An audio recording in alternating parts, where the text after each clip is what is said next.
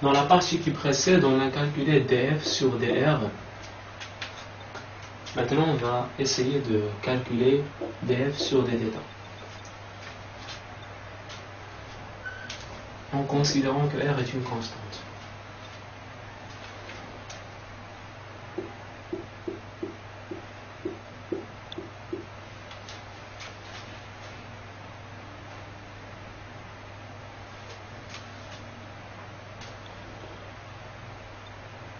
df sur dθ, c'est-à-dire que je dérive ma fonction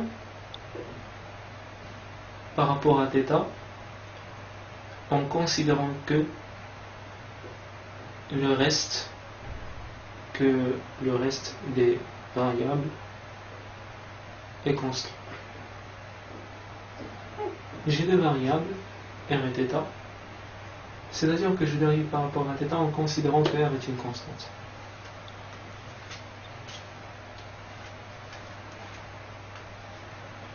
Oui, j'ai, donc c'est-à-dire que pour moi, puisque je considère que r est une constante, alors r carré c'est une constante. J'ai cosinus carré θ, j'ai de la puissance, je vais utiliser u, la puissance n prime, c'est n u prime u n-1.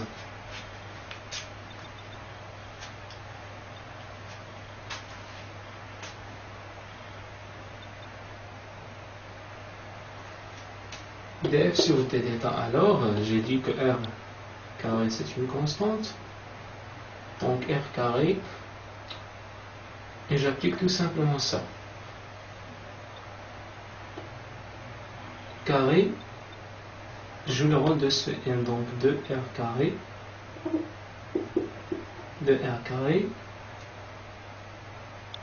cosinus carré, cosinus à la puissance de moins 1,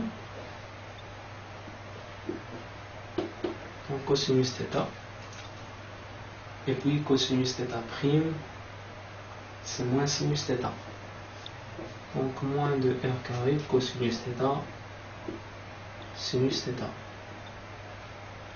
La même chose là, moins de r carré sinus θ, sinus θ prime c'est cosinus θ,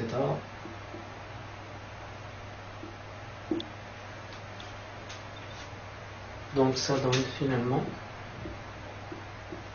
moins 4 r carré cosinus θ sinus θ.